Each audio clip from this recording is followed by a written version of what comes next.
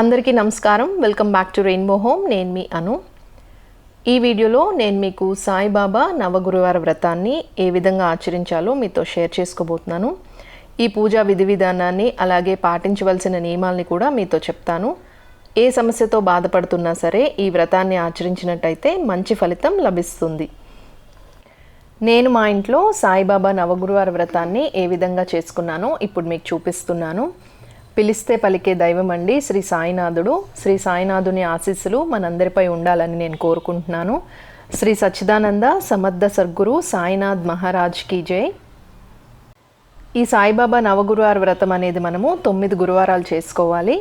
ఏ గురువారం అయినా సరే మనం ఈ వ్రతాన్ని ప్రారంభించవచ్చు. ఎవరైనా సరే ఈ వ్రతాన్ని చేసుకోవచ్చండి. అంటే ఆడవాళ్ళు, మగవాళ్ళు, పిల్లలు, పెద్దవాళ్ళు, కులమతాలకు అతీతంగా ఎవరైనా సరే ఈ వ్రతాన్ని చేసుకోవచ్చు. అయితే సాయిబాబా వ్రతాన్ని మనం చేసుకోవాలి అనుకునే రోజు గురువారం రోజున మనము ఇల్లంతా శుభ్రం చేసుకుని తర్వాత మనము కిచెన్ కౌంటర్ టాప్ ఇంకా స్టవ్ని కూడా క్లీన్ చేసుకోవాలి. క్లీన్ చేసుకున్న తర్వాత ఈ విధంగా ముగ్గులు పెట్టుకొని పసుపు కుంకుమతో అలంకరించుకోవాలి. ఈరోజు మనము సాయినాథునికి పాలతో చేసిన ఏదైనా నైవేద్యాన్ని సమర్పించాల్సి ఉంటుంది. అంటే పాలతో చేసింది ఏదైనా సరే మనం నివేదించవచ్చు. పాలు పొంగించుకొని మనము నైవేద్యాన్ని తయారు చేసుకోవాలి. పరవన్నం కానీ, పాయసం కానీ, సాయిబాబాకి ఎంతో ఇష్టమైన కోవాని కానీ ప్రిపేర్ చేసుకుని మనము సాయిబాబాకి నైవేద్యంగా పెట్టొచ్చు. నైవేద్యం తయారు చేయడం పూర్తయింది కాబట్టి ఇప్పుడు మనం పూజని ప్రారంభిద్దాము. మామూలుగా మనము రోజు పూజ చేసుకునే దేవుడి మందిరంలో కాకుండా సపరేట్గా ఒక పీఠంలాగా ఏర్పాటు చేసుకుని ఈ వ్రతాన్ని ఆచరించాల్సి ఉంటుంది.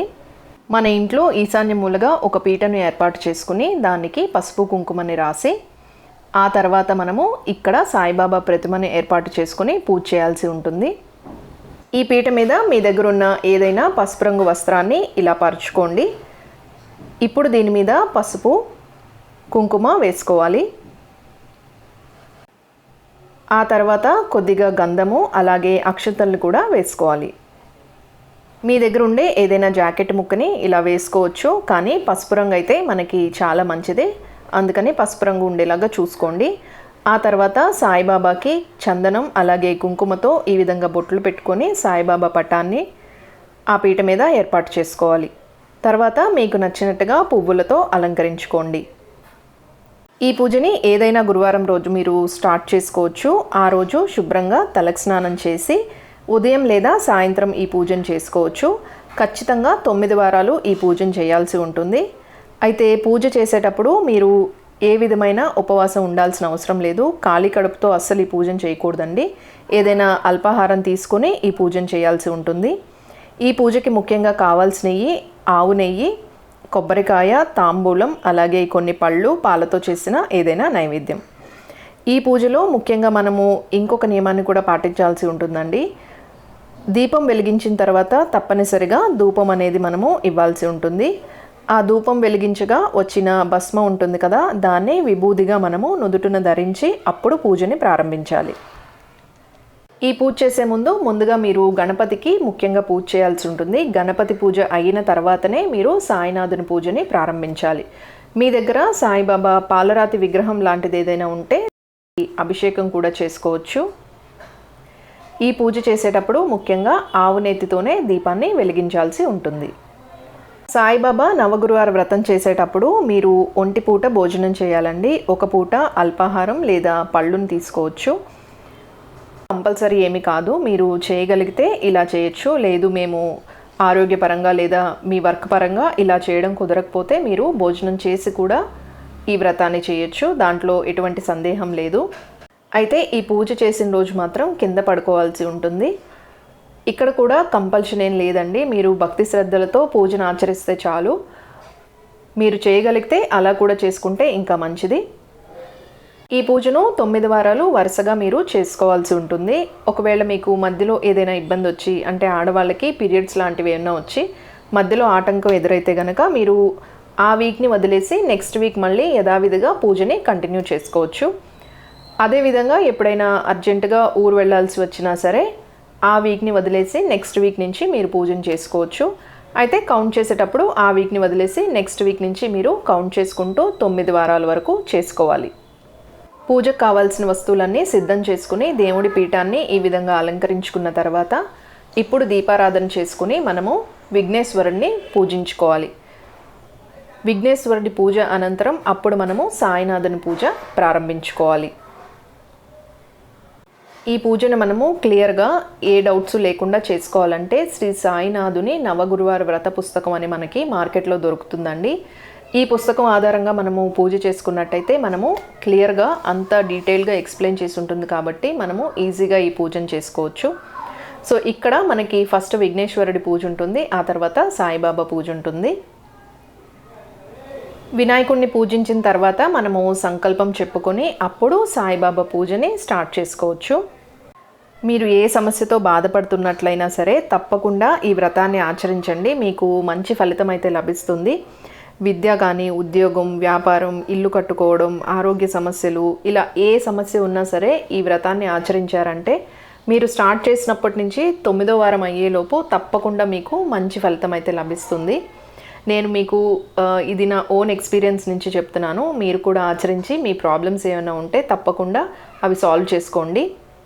సాయిబాబాకి భక్తి శ్రద్ధలతో పూజ చేసినట్టయితే మీకు తప్పకుండా ఆయన అనుగ్రహం లభిస్తుంది. ఈ పూజను మనము 9 వారాలు చేసుకోవాలండి. ఇదే విధంగా 9 వారాలు చేసుకున్న తర్వాత 9వ వారం మాత్రం ఉద్యాపనలాగా చేసుకోవాల్సి ఉంటుంది.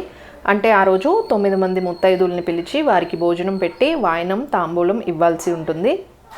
ఈ పూజ చేసుకోవడం అనేది నిజంగా చాలా అదృష్టం అండి. అలాగే మనము వాయనం అందుకున్నా కూడా అది చాలా అదృష్టం. అంటే అందరికీ ఆ అదృష్టం దొరకదు కాబట్టి దొరికిన వాళ్ళు చాలా అదృష్టవంతులని అర్థము. ఆ రోజు పూజ చేసుకున్న తర్వాత మనము వాయనం ఇచ్చి ఈ సాయిబాబా నవగురువార వ్రతం పుస్తకం కూడా వాళ్ళకి తాంబూలంలో ఇవ్వాలి.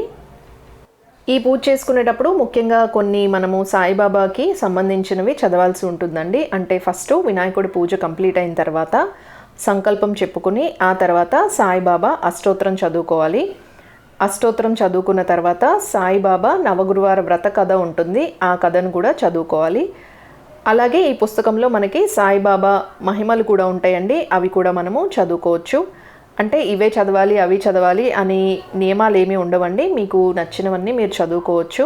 మీ ఓపికను బట్టి మీ భక్తి శ్రద్ధలతో మీరు చదువుకోవాలి. కాకపోతే కంపల్సరీగా సాయిబాబా అష్టోత్తరం, అలాగే సాయిబాబా వ్రత కథ, ఇంకా సాయిబాబా చాలీసా కూడా చదువుకుంటే చాలా మంచిది. ఈ పూజ చేసేటప్పుడు మర్చిపోకుండా మనము ఒక గ్లాస్లో మంచినీళ్ళు కూడా పక్కన ఉంచాలండి. ఈ పూజని చేసుకునేటప్పుడు అలాగే ఆ రోజంతా కూడా మనము సాయినాథుని స్మరించుకుంటూ ఉండాలి. పూజ మొత్తం కంప్లీట్ అయ్యి ఆ పుస్తకంలో ఉన్న విధంగా మొత్తం అన్నీ మనము చదువుకున్న తర్వాత లాస్ట్లో ఈ విధంగా మనము కొబ్బరికాయను కొట్టాలి. ఆ తర్వాత మనము సాయిబాబాకి కర్పూర హారతిని ఇవ్వాలండి. ఈ పూజ చేసుకున్న రోజు మీ వీలుని బట్టి మీకు దగ్గరలో ఉన్న సాయినాథుని గుడికి వెళ్తే ఇంకా మంచిది.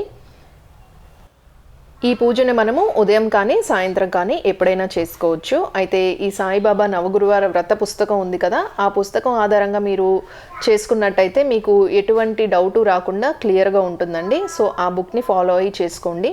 నేను కూడా ఆ బుక్లో ఉన్నట్టుగానే ఈ పూజను చేసుకున్నాను. ఈ పూజలో మనము సాయిబాబాకి నివేదించిన నైవేద్యాలను ముందు మనం తీసుకోకూడదండి. వీటిని ఎప్పుడు అతిథులకి, అలాగే చిన్నపిల్లలకి, వృద్ధులకి ఇచ్చిన తర్వాతే మనము ఈ నైవేద్యాన్ని స్వీకరించాలి. పూజ కంప్లీట్ అయిన తర్వాత ఇంకొక ముఖ్యమైన పని ఏంటి అంటే మనము సాయిబాబాకి ధూపం ఎక్కువగా వేయాలండి. దునిలో ఎప్పుడు మనకి వెలుగుతూ ఉంటుంది కదా, ఆ విధంగా మనము ధూపం అనేది ఎక్కువగా వేయాల్సి ఉంటుంది. మీ దగ్గర సాంబ్రాణి ఉంటే సాంబ్రాణితో కూడా ధూపం వేసుకోవచ్చు, లేదా అగరబత్తినైనా మీరు యూస్ చేసుకోవచ్చు.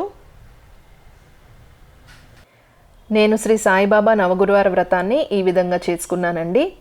తప్పకుండా మీరు ఈ వ్రతాన్ని ఆచరించండి. మీరు ఎటువంటి సమస్యతో బాధపడుతున్నా సరే ఖచ్చితంగా మీకు మంచి ఫలితం అనేది లభిస్తుంది.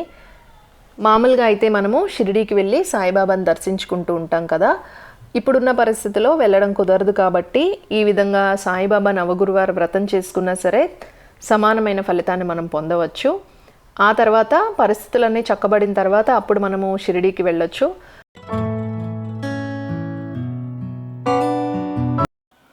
సో ఈ వీడియో చూసిన తర్వాత పూజా విధానం అంతా మీకు క్లియర్గా అర్థమైందని అనుకుంటున్నాను. ఒకవేళ మీకు ఏమైనా డౌట్స్ ఉన్నట్టయితే కమెంట్ సెక్షన్లో మెన్షన్ చేయండి, నేను వాటిని క్లారిఫై చేస్తాను. ఈ వీడియో మీకు నచ్చినట్టయితే వీడియోని లైక్ చేయండి, అలాగే మీ ఫ్రెండ్స్ అండ్ రిలేటివ్స్తో షేర్ చేసుకోండి. ఇలాంటి ఇన్ఫర్మేటివ్ అండ్ ఇంట్రెస్టింగ్ వీడియోస్ కోసం మన ఛానల్ని సబ్స్క్రైబ్ చేసుకోవడం మర్చిపోమాకండి. Thank you so much for watching rainbow.